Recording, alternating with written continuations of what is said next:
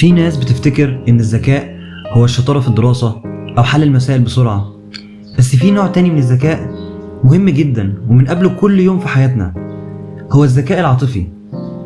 والنهاردة في الفيديو ده انا جاي اعرفك يعني ايه ذكاء عاطفي وايه هي اهميته ورأي العلماء فيه.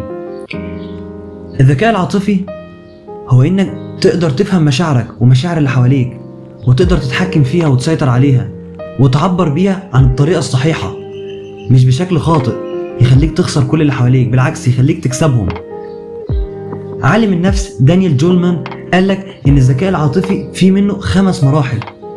المرحلة الاولى وهو الوعي بالذات، انك تبقى عارف نفسك. المرحلة الثانية التحكم بذاتك، تعرف تتحكم في ذاتك وانفعالاتك.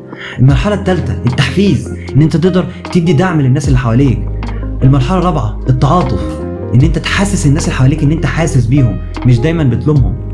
المرحلة الخامسة والاخيرة وهي المهارات الاجتماعية، ان انت تقدر تعرف تتواصل معاهم صح، تتواصل بلغة الجسد، باللغة التواصل بينكم، ان انت تقدر تفهمهم مش دايما تكون بترمي عليهم لوم او بتتهجم عليهم.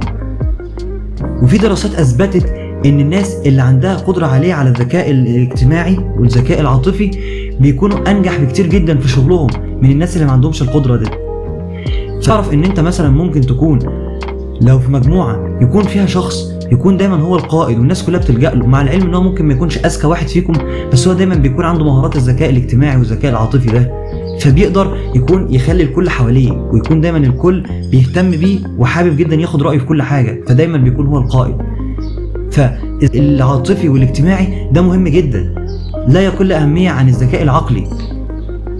فده كان موضوع فيديوهنا النهارده، فانا حابب جدا تقترحوا عليا في الكومنتس او تبعتوا لي على رسائل الصفحه مواضيع جديده ممكن نتكلم عنها. فلو انت حابب تطور من صحتك النفسيه وتطور من شخصيتك وتبقى احسن، يبقى لازم تكون واحد مننا وتعمل فولو للصفحه دي، وما تنساش تعمل لايك على الفيديو ده.